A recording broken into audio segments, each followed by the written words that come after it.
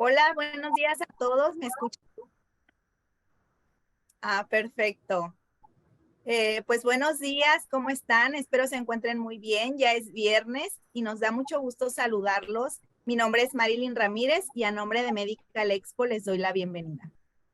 Voy a comenzar dándoles un anuncio. Ya pueden registrarse a la cuarta edición de Medical Expo. Será en Guadalajara, en el Centro de Convenciones Expo Guadalajara, los días 17, 18 y 19 de mayo. En el Centro de Convenciones, bueno, ya lo mencioné, creo, Expo Guadalajara. El link está apareciendo en el chat para que puedan registrarse. También van a poder registrarse a la quinta edición, que será en Ciudad de México. Quiero comentarles también que ya estamos poniéndonos al corriente con las entregas de las constancias, por lo que les pedimos que no se desesperen.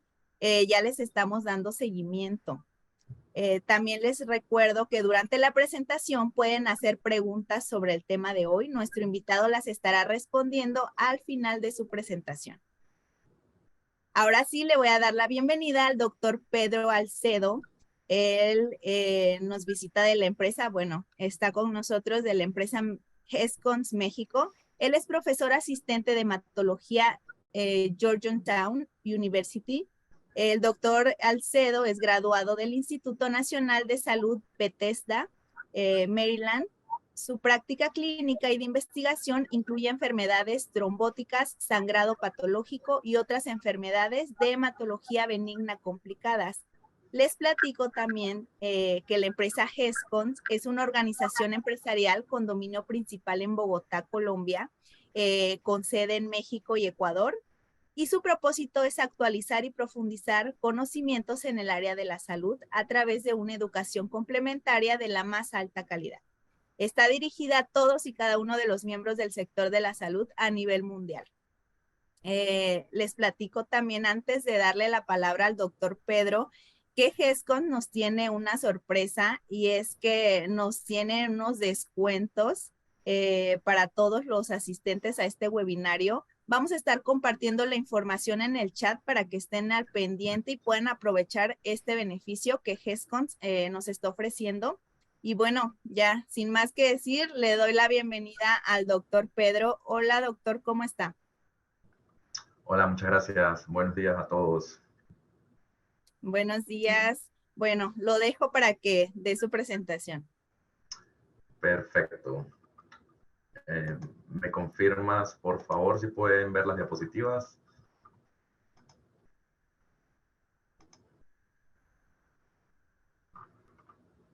No la podemos ver aún. ¿No? No. ¿Ahora? Oh, ya. ¿Está compartiendo pantalla de...? Sí, A ver. creo que Listo. ahora sí. Ya. Listo. Perfecto. Bueno, muchísimas gracias a Medical Expo y a HESCONS por la invitación. Es un placer estar compartiendo con ustedes en México. Les mando muchos saludos desde Washington. Y hoy vamos a hablar sobre el manejo contemporáneo del tromboembolismo pulmonar, más que todo enfocándonos en la parte aguda, hablando un poco sobre el manejo crónico de estos pacientes. Evidentemente es un tema bastante amplio, pero mi idea hoy es tratar de compartir la información que creo que es más importante y relevante para la práctica diaria, no solo de hematólogos, sino de médicos internistas, médicos generales, y como verán, esto involucra incluso otras especialidades como cuidados intensivos, radiología, entre otras. Así es que para comenzar, los objetivos del día de hoy es que aprendamos a identificar cuáles son los pacientes con tromboembolismo pulmonar que presentan con enfermedad de alto riesgo, no solo de mortalidad, sino también de complicaciones, para poder entender por qué el manejo de estos pacientes es diferente. Vamos a intentar describir también las opciones terapéuticas disponibles hoy en día para el manejo de tromboembolismo pulmonar y discutiremos también aspectos del manejo de estos pacientes tanto de forma intrahospitalaria como de forma ambulatoria.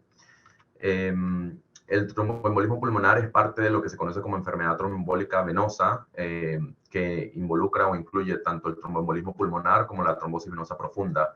Y según datos recientes de la CDC, aquí en Estados Unidos se afectan casi 1 millón de personas al año, y de estas personas el 60% presentan tromboembolismo pulmonar, el resto, más o menos 30%, presentan trombosis venosa profunda. Y desafortunadamente hasta 100,000 personas mueren al año a consecuencia de esta enfermedad. Entonces, junto con cáncer y otras enfermedades cardiovasculares, representa de las causas de muerte más comunes. Y hasta 25% de estos pacientes se presentan con muerte súbita.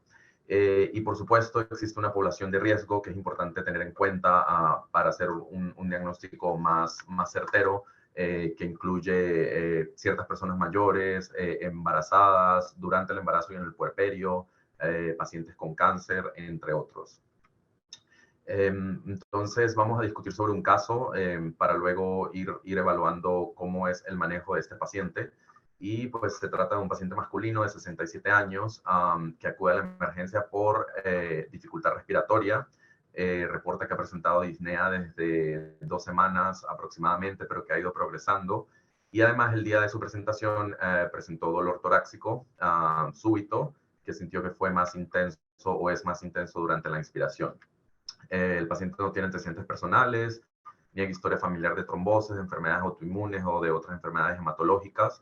Y al momento de su evaluación en la emergencia, su presión arterial es normal, pero el paciente está taquicárdico, taquipneico y una saturación de oxígeno límite 90% sin oxígeno. Su examen físico, bueno, además de taquipnea, es relativamente normal. No hay cambios a la ocultación de los pulmones o del corazón. Y entonces nos preguntamos si esto puede ser un caso de tromboembolismo pulmonar, ¿verdad? Existen, no voy a ahondar tanto en el diagnóstico porque más que todo quería hablar del manejo, pero sabemos que existen algunas escalas como la escala de Wells o la escala de Geneva que nos ayudan a predecir la probabilidad de que esto sea de hecho un caso de tromboembolismo pulmonar o trombosis venosa profunda. Y en el caso del paciente, por los síntomas, la taquicardia, la taquipnea, su posibilidad o probabilidad de tromboembolismo es elevada, y por esto vamos directamente a realizar una tomografía con contraste que confirma la presencia de tromboembolismo pulmonar y además muestra que hay compromiso del ventrículo derecho. Dentro de sus exámenes vemos que tiene un péptido natriurético elevado y pues la tomografía nos muestra la presencia del tromboembolismo. Entonces, ¿cuál sería el siguiente paso o cuál es la manera ideal de manejar a este paciente? Brevemente, para definir o clasificar el tromboembolismo pulmonar existen distintas maneras. Puede ser en base al tiempo, si es agudo, subagudo, crónico, la localización, si es un tromboembolismo, por ejemplo, en silla de montar, si es segmental o lobar. Pero lo más importante es si lleva a algún compromiso hemodinámico. Y creo que esto es lo más importante porque es lo que va a determinar la conducta y el manejo. Entonces, en base a esto, podemos clasificar el tromboembolismo pulmonar como un tromboembolismo de riesgo alto o llamado también masivo, que se define por la presencia de hipotensión con una presión arterial sistólica por debajo de 90 milímetros de mercurio, o una caída en la presión arterial sistólica mayor de 40 milímetros de mercurio en 15 minutos, o también hipotensión que es persistente y que necesita soporte, que no responde a fluidos y que necesita agentes vasoactivos o inotrópicos. Tenemos un grupo de pacientes que se categorizan como riesgo intermedio, también conocido como tromboembolismo pulmonar submasivo, y en este caso hay estabilidad hemodinámica, no hay hipotensión, pero hay un compromiso de la función del ventrículo derecho que describiremos con más detalle más adelante. Y hay otro grupo de pacientes que se categorizan como riesgo bajo, donde no hay ninguno de estos factores presentes. Los pacientes tienen estabilidad hemodinámica y no hay ningún compromiso del ventrículo derecho. Entonces, de nuevo, en base a esta clasificación es que vamos a determinar cuál será el manejo de estos pacientes. ¿Y por qué es importante entender si el ventrículo derecho se ve afectado? Es porque básicamente esto es lo que va a llevar a complicaciones tanto a largo plazo como a corto plazo, que en el peor de los casos pues va a ser la muerte del paciente. Y es porque en casos de tromboembolismo pulmonar, sobre todo masivos, esto aumenta la poscarga del ventrículo derecho, lo cual va a llevar a dilatación del ventrículo, empieza a haber cambios en la hemodinamia con insuficiencia de la válvula tricuspidia, aumenta la tensión desde la pared del ventrículo derecho, y en un momento se activan muchos mecanismos para tratar de compensar estos cambios hemodinámicos, como sistema renina-angiotensina aldosterona, epinefrina, adrenalina, pero eventualmente el organismo pues no es capaz de sustentar estos cambios por mucho tiempo y empieza a haber lesión, ¿verdad? Empieza a haber lesión miocárdica en cuanto aumenta la demanda de oxígeno del ventrículo derecho que está bajo estrés, empieza a haber isquemia e hipoxia, y luego empieza entonces a cambiar, ya no hay dilatación, ya no hay cambios en la tensión, sino empieza a haber disminución de la contractilidad y del gasto cardíaco del ventrículo derecho, lo cual por supuesto lleva a una disminución en la precarga del ventrículo izquierdo, disminución del gasto cardíaco, y esto es lo que lleva a hipotensión, a afección de la circulación coronaria, y lleva pues a shock y eventualmente a la muerte. Entonces por esto es que el compromiso del ventrículo derecho es importante identificarlo y entender cuáles son sus consecuencias. Entonces, creo que una de las cosas más importantes que quiero compartir hoy es que el diagnóstico oportuno y más que todo la estratificación del paciente con tromboembolismo pulmonar es de vital importancia. Y para esto tenemos herramientas muy sencillas, como simplemente medir la presión arterial, ¿sí? Si el paciente está inestable hemodinámicamente, ya sabemos que es un paciente de alto riesgo, pero el compromiso del ventrículo derecho lo podemos evaluar con distintas herramientas. Podemos utilizar ecocardiografía, que muchas veces está más disponible, lo podemos hacer al lado del paciente, y hay distintas maneras de evaluar. Podemos utilizar a ver si hay un cambio en la relación entre el diámetro del ventrículo derecho y el ventrículo izquierdo, o si hay cambios en la válvula tricuspidia, pero también podemos usar tomografía, que la tomografía la usamos para el diagnóstico del tromboembolismo y al mismo tiempo nos muestra si existen estos cambios en el ventrículo derecho. Estos cambios evaluados por tomografía se han relacionado con aumento de la mortalidad de los pacientes, con un odds ratio de hasta 2.5. Y también podemos utilizar marcadores séricos. Como vimos en la figura anterior, hay lesión miocárdica, y esto lo podemos ver con elevación de las troponinas y también con elevación del péptido natriurético atrial, que igualmente se han asociado a un aumento del riesgo de la mortalidad en diferentes estudios. Pero algo importante es que, como vimos en la clasificación, para el riesgo intermedio necesitamos estabilidad hemodinámica con compromiso del ventrículo derecho, pero yo les pregunto si existen otros parámetros, además de estos, que nos pueden indicar que es un paciente quizás no de riesgo intermedio, pero que puede estar en esa categoría o que puede requerir mayor atención, y no simplemente debe ser catalogado como un paciente de riesgo bajo por ausencia de estos parámetros. Y esto realmente se ha estudiado y se ha demostrado. Para esto podemos utilizar, por ejemplo, el índice de severidad del tromboembolismo pulmonar. Hubo una clasificación original con muchos parámetros y una clasificación simplificada, que básicamente muestra que, por ejemplo, un paciente que tenga historia de insuficiencia cardíaca, así no tenga compromiso del ventrículo derecho, es un paciente cuya reserva cardiopulmonar probablemente esté comprometida, y esto lo hace un paciente un poco lo hace de un paciente de más riesgo que un paciente que clasificaríamos como riesgo bajo. Igualmente, cambios en los signos vitales, que diferentes estudios también han demostrado que se asocian a malos outcomes o desenlaces en estos pacientes. Y es por esto que con la clasificación nueva, la presencia de solamente un punto, que puede ser taquicardia, por ejemplo, ya aumenta la mortalidad de estos pacientes de 1% a casi 11%. Entonces, lo que quiero que entendamos es que un paciente que no tenga disfunción del ventrículo derecho, que no tenga inestabilidad hemodinámica, pero con otras características, puede ser considerado igual un paciente de un riesgo intermedio.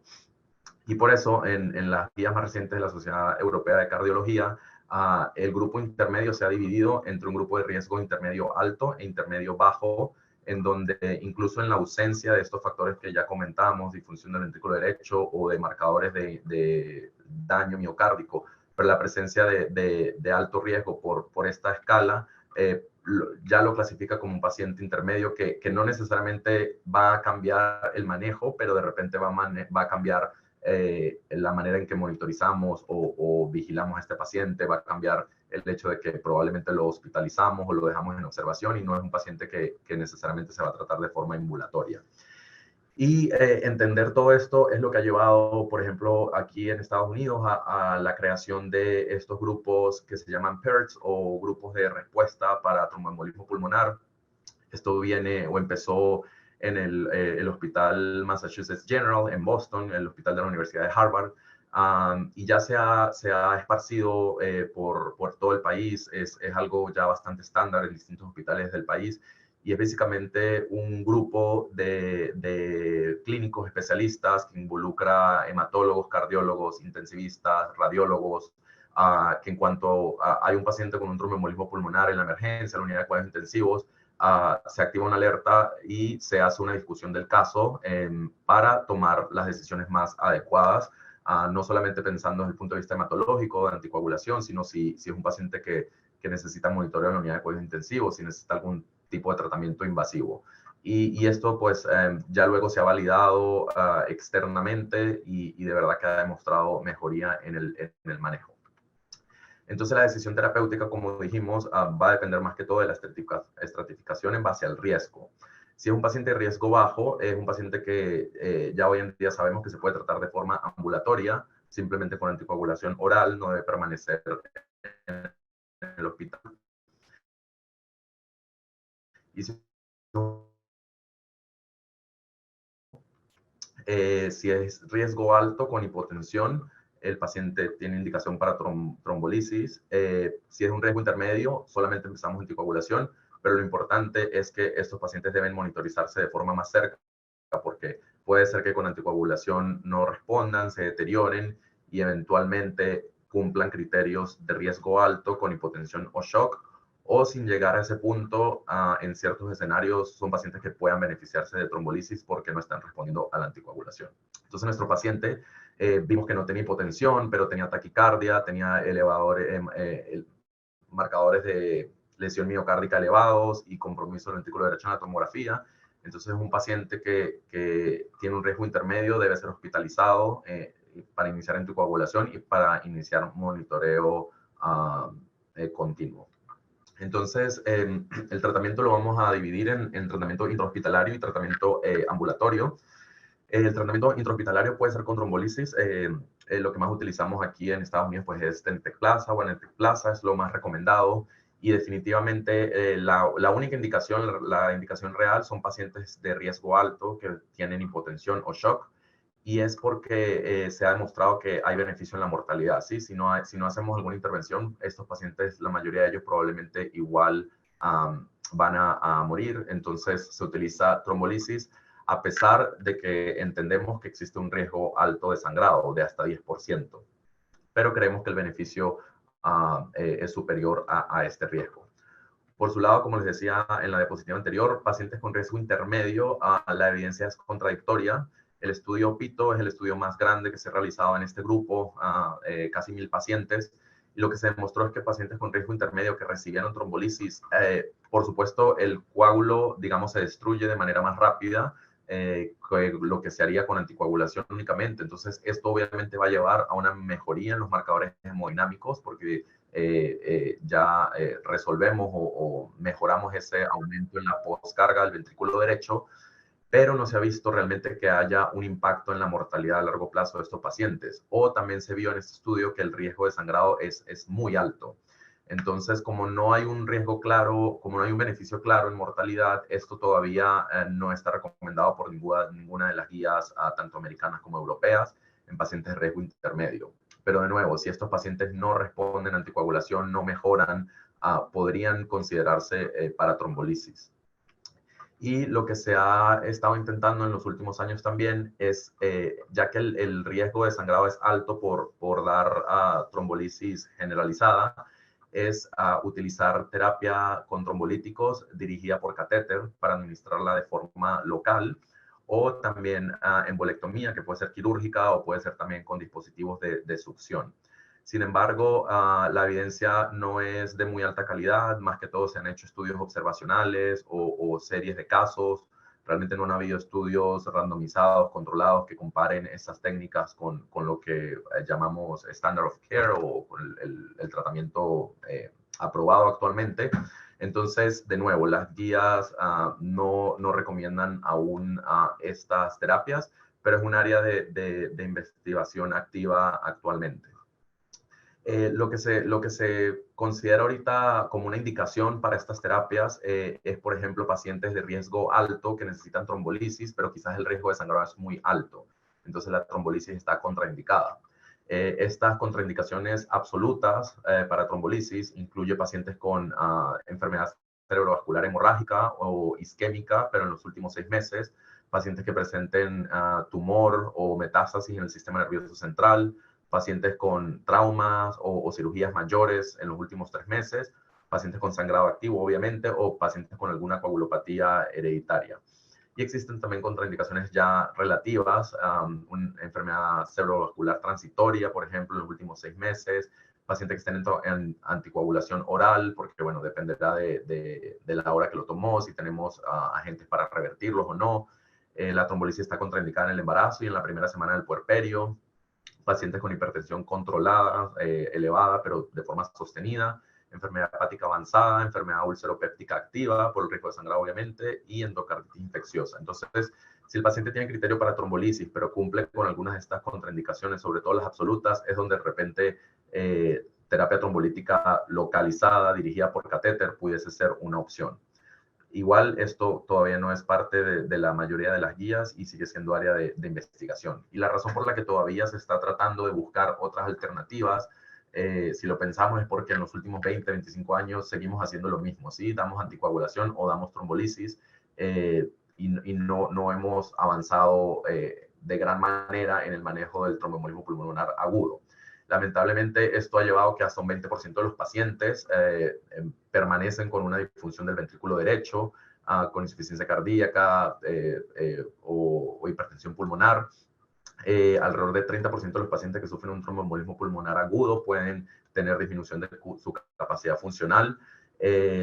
Y se ha visto también que pacientes normotensos, lo que he venido hablando, ¿no? Pacientes normotensos serían de riesgo intermedio, que tienen cambios hemodinámicos, muestran mejoría después de utilizar estas terapias como embolectomía. Y otro dato importante es que PERT, que es este grupo multidisciplinario del que les comenté, los datos de sus estudios no han mostrado que haya habido una mejoría en la mortalidad del tromboembolismo pulmonar en los últimos años. Y por eso es que se siguen haciendo estudios o se sigue haciendo investigación para ver si estos dispositivos eventualmente demuestran mejoría. El problema es que, como van a ver algunos estudios que les voy a mostrar, lo que se ha mostrado hasta ahora es que, por ejemplo, utilizando trombectomía, hay cambios en la perfusión o hay mejoría en la perfusión del pulmón. Se han demostrado también, por ejemplo, cambios en la hospitalidad, en la mortalidad, pero intrahospitalaria, o sea, a corto plazo, no a largo plazo. Y esto viene más que todo de datos retrospectivos. O otros estudios retrospectivos han demostrado también mejoría en, por ejemplo, el gasto cardíaco o en la presión de la arteria pulmonar. Entonces, hasta ahora no tenemos evidencia sólida o suficiente de que estas técnicas invasivas mejoran el desenlace, sobre todo a largo plazo, o mejoran la mortalidad a largo plazo. Yo creo que esa es la evidencia que hace falta para que definitivamente incorporemos estas técnicas en el manejo de pacientes, así como también quizás hace falta mejores maneras de estratificar el riesgo de los pacientes e identificar de una mejor manera qué pacientes se van a beneficiar de estas alternativas. Entonces, aparte de la trombolisis, el tratamiento intrahospitalario, por supuesto, también incluye anticoagulación parenteral, por ejemplo, en pacientes con riesgo alto que recibieron trombolisis después de iniciar anticoagulación, o pacientes con riesgo intermedio que se están monitorizando, pues iniciamos anticoagulación. Normalmente utilizamos heparinas no fraccionadas, sobre todo en pacientes en la unidad de cuidados intensivos o relativamente inestables por su corta acción y facilidad para revertirlas, pero también podemos utilizar heparina de bajo peso molecular o fondaparinux, que usamos sobre todo en casos de trombocitopenia inducida por heparina, por ejemplo. Y otra opción de tratamiento intrahospitalario incluye los filtros de vena cava inferior. Esto creo que se esperaban mejores resultados, pero lo que nos ha mostrado la evidencia en los últimos años es que realmente son más las complicaciones que el beneficio. Así es que yo diría que debemos usarlo cuando esté estrictamente indicado. Y la verdadera indicación es cuando hay un paciente con un tromboembolismo pulmonar agudo que tiene una contraindicación absoluta para anticoagulación. Si no podemos utilizar anticoagulación, entonces el filtro de vena cava sería la opción. Hubo dos estudios randomizados que mostraron que sí disminuye el riesgo de recurrencia de tromboembolismo pulmonar, pero aumenta el riesgo de trombosis venosa profunda, y un metaanálisis mostró que este riesgo de trombosis venosa profunda se puede aumentar hasta en un 70%, es bastante importante, y por eso es que debemos evitar utilizarlo, al menos que sea estrictamente necesario. Y tampoco se ha demostrado que, aunque disminuye la recurrencia de tromboembolismo pulmonar, no se ha demostrado un cambio en la mortalidad. Y hasta un 20% de los pacientes presentan complicaciones como trombosis venosa profunda, pero también complicaciones más severas como migración del dispositivo, perforación de la vena cava inferior, entre otras. Pasando ahora al tratamiento ambulatorio, por ejemplo, un paciente que ya se va a dar de alta o un paciente que se presenta con un riesgo bajo que podemos iniciar directamente anticoagulantes orales.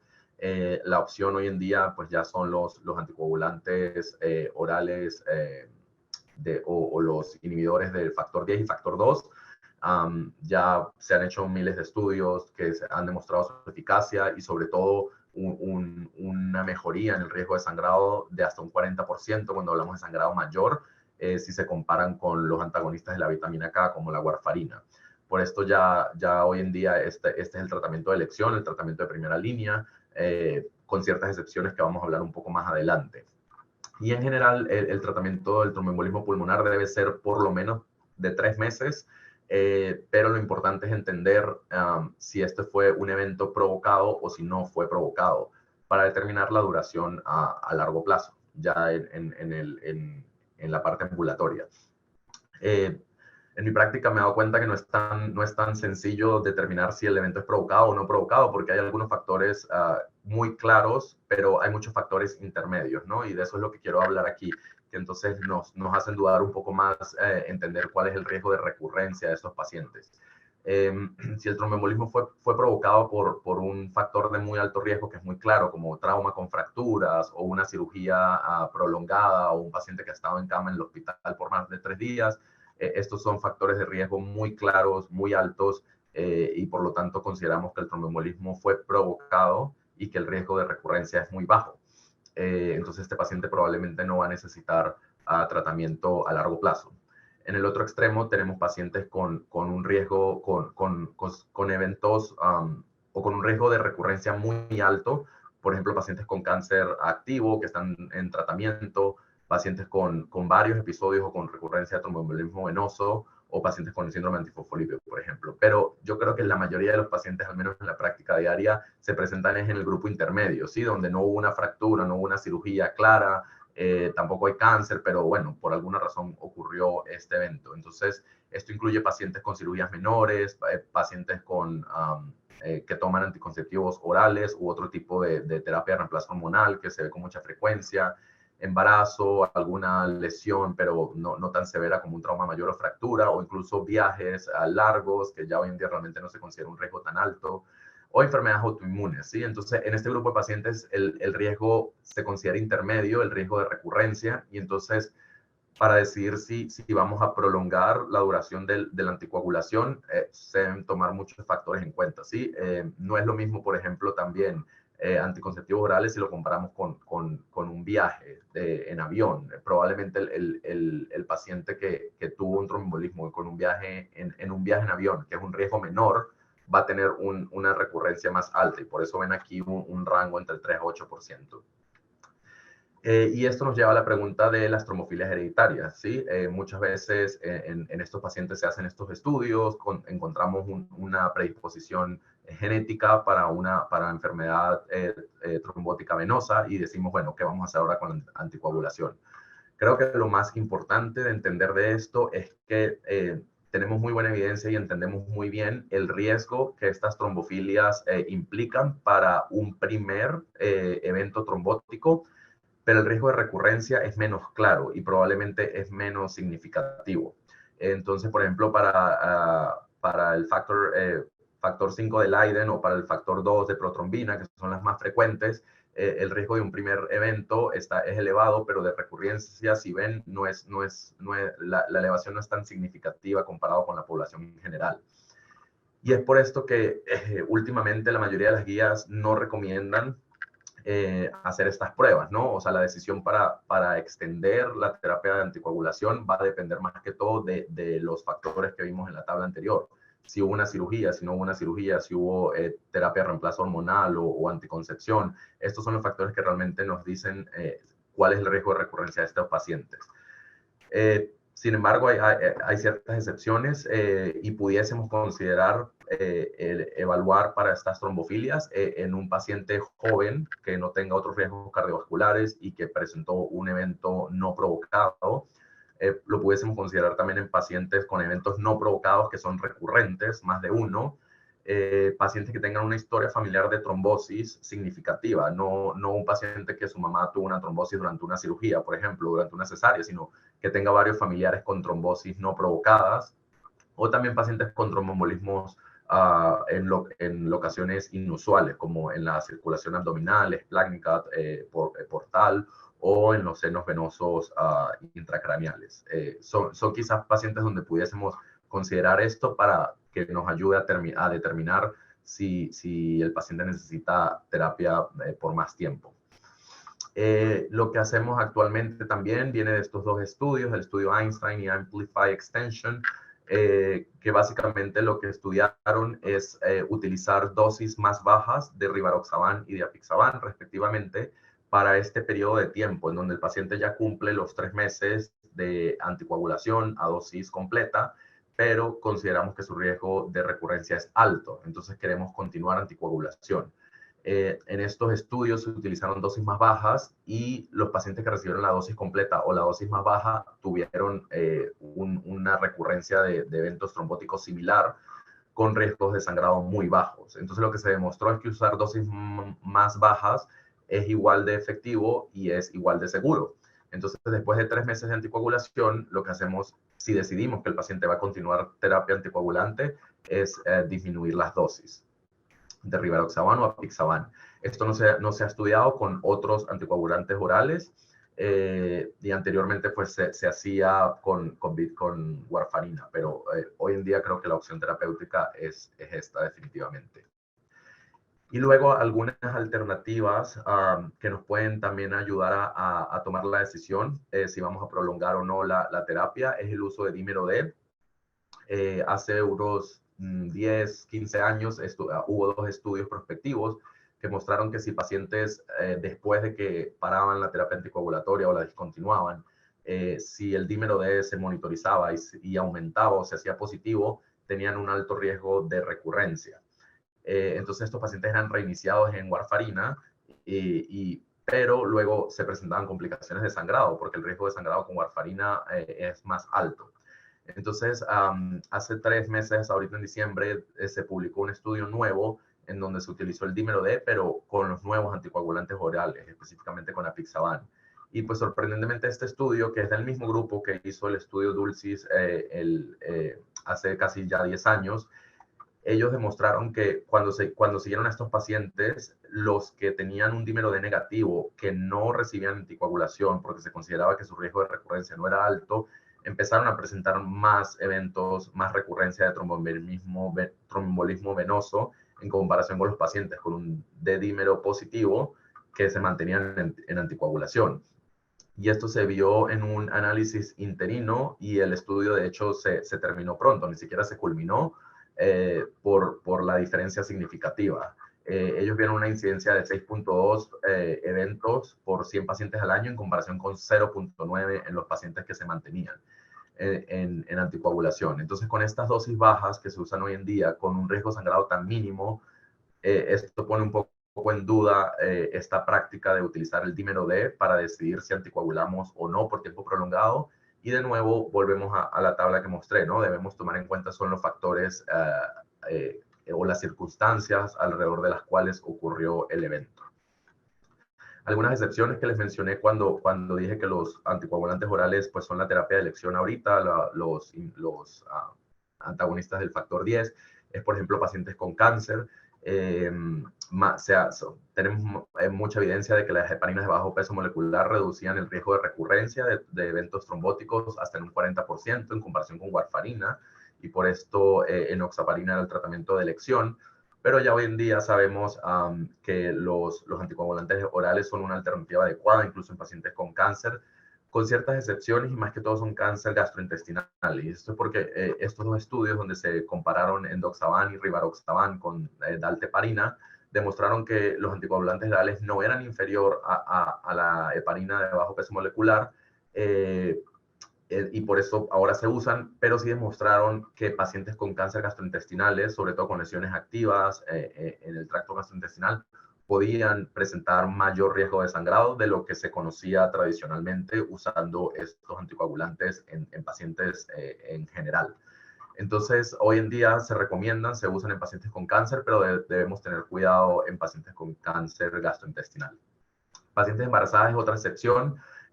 Brevemente sobre el diagnóstico, obviamente sabemos que el dímero D va aumentando a medida que el embarazo progresa, y por eso es difícil utilizarlo en el diagnóstico. Sin embargo, hasta 10% de las pacientes embarazadas pueden diagnosticarse adecuadamente utilizando dímero D, sobre todo en los primeros 2 trimestres del embarazo, y por eso debe considerarse Doctor, aún disculpe su que uso. lo interrumpa. No estamos viendo su pantalla, no se está compartiendo, como que dejó de compartirse. Ya. Hace mucho que no la están viendo. No, hace poquito. ¿Ahora sí? No, dice que está Ya. comenzando a compartir pantalla, pero no se queda el mensajito.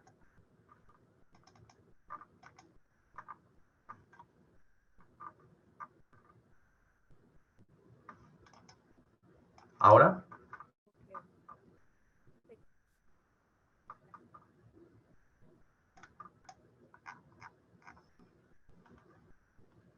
No te escucho, Marilyn, pero veo mensajes que dice que sí se ve. Entonces quizás soy yo. Ustedes díganos si se ve. Yo no la estoy viendo, pero igual si se ve, adelante, continúe, y una disculpa. Perfecto. Ok, entonces seguimos. Comentamos que el dímero D tiene valor en las pacientes embarazadas, quizás no tanto en el tercer trimestre, y las nuevas técnicas de tomografía pues tienen mucho menos riesgo de radiación, entonces se pueden utilizar para el diagnóstico en estas pacientes. Ahora, con respecto al tratamiento, pues sí, no tenemos todavía suficiente evidencia para utilizar anticoagulantes orales, entonces en pacientes vuelvo a ver mensajes que no se ve. Y me parece que no todos lo estamos viendo, pero igual, bueno, esta ponencia se va a estar transmitiendo, o no sé si usted pudiera compartirnos su presentación Sí, claro. para Sí, que voy ustedes a, puedan verla. Sí, ahí tenemos un pequeño error técnico, pero... estoy intentando compartir de Listo, nuevo. Ok, ya quedó. Sí, ya la podemos ver. perfecto. Muchas Entonces, gracias, el doctor. tratamiento, no, disculpen. El tratamiento en pacientes embarazadas, entonces usamos heparinas de bajo peso molecular. Si una paciente está hospitalizada en estado crítico, por ejemplo, podemos usar heparinas no fraccionadas de forma endovenosa. Y posparto podemos utilizar heparinas de bajo peso molecular o antagonistas de la vitamina K como warfarina. Pero los anticoagulantes orales como rivaroxaban o apixaban todavía no están aprobados para el uso en embarazadas.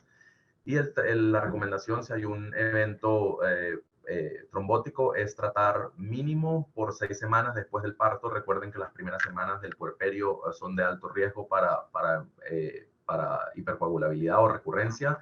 Y de nuevo, tratar mínimo por 3 meses porque se podría considerar como un evento provocado por el embarazo.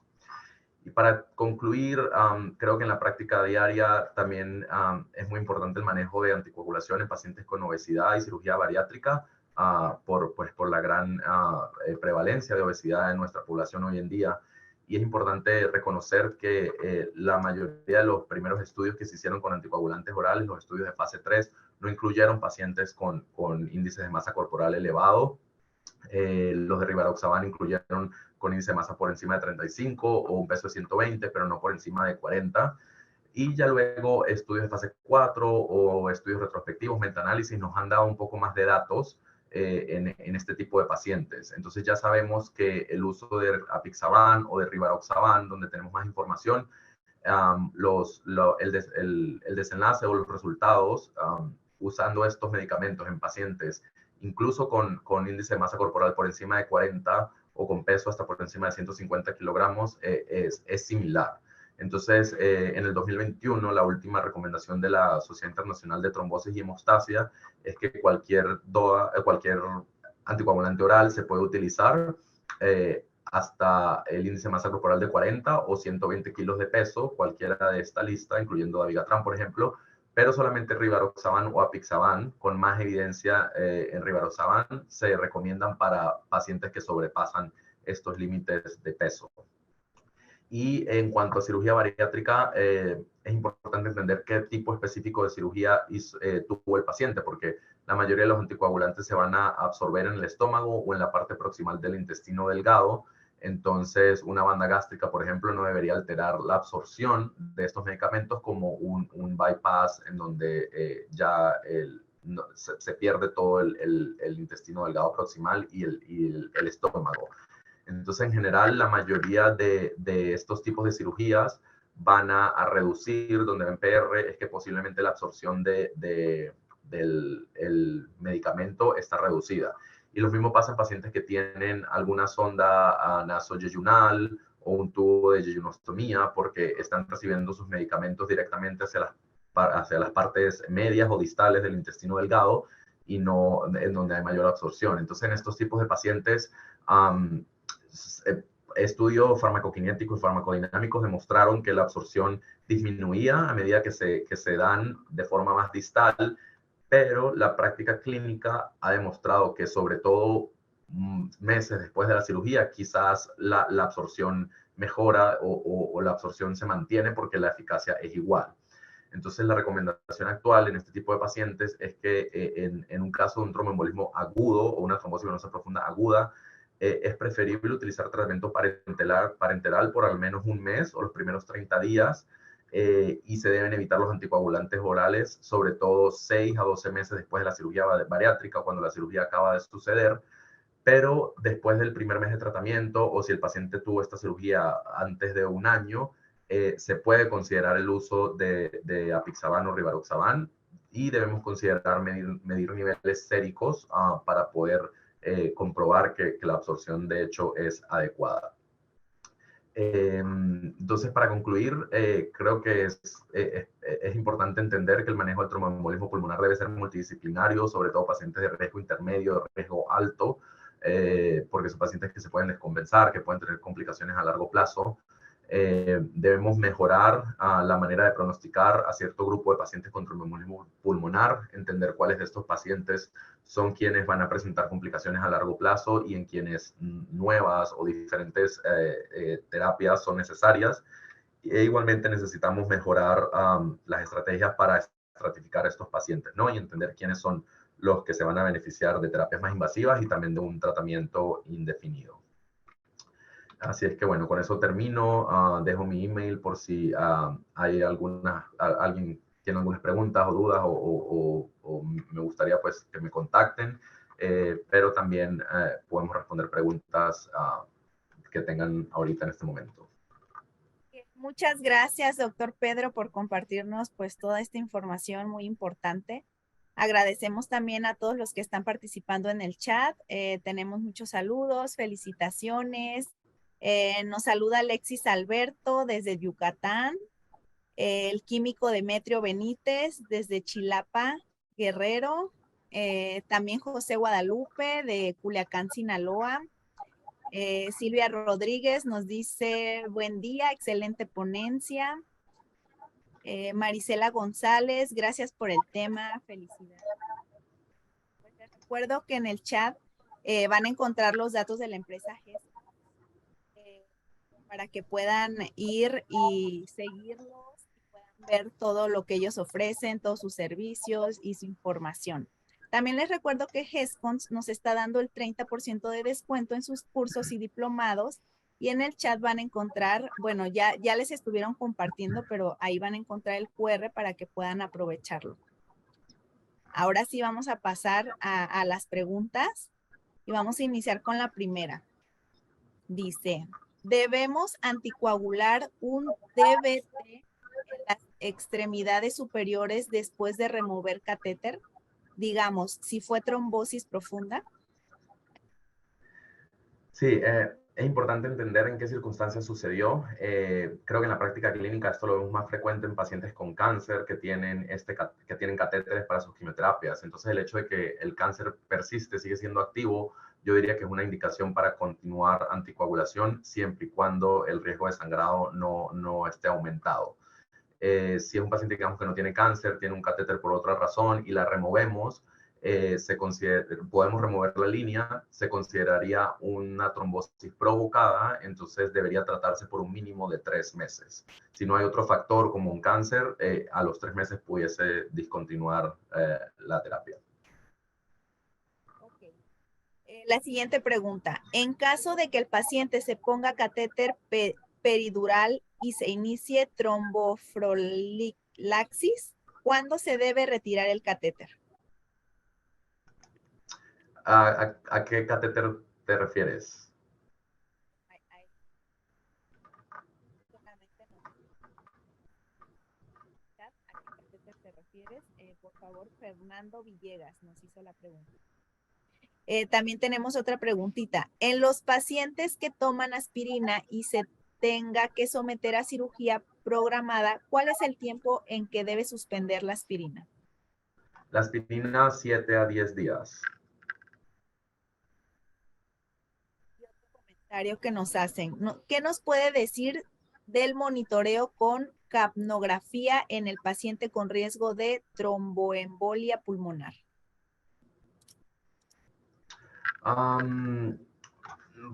No entiendo la pregunta, o sea, ¿para qué sería ese monitoreo?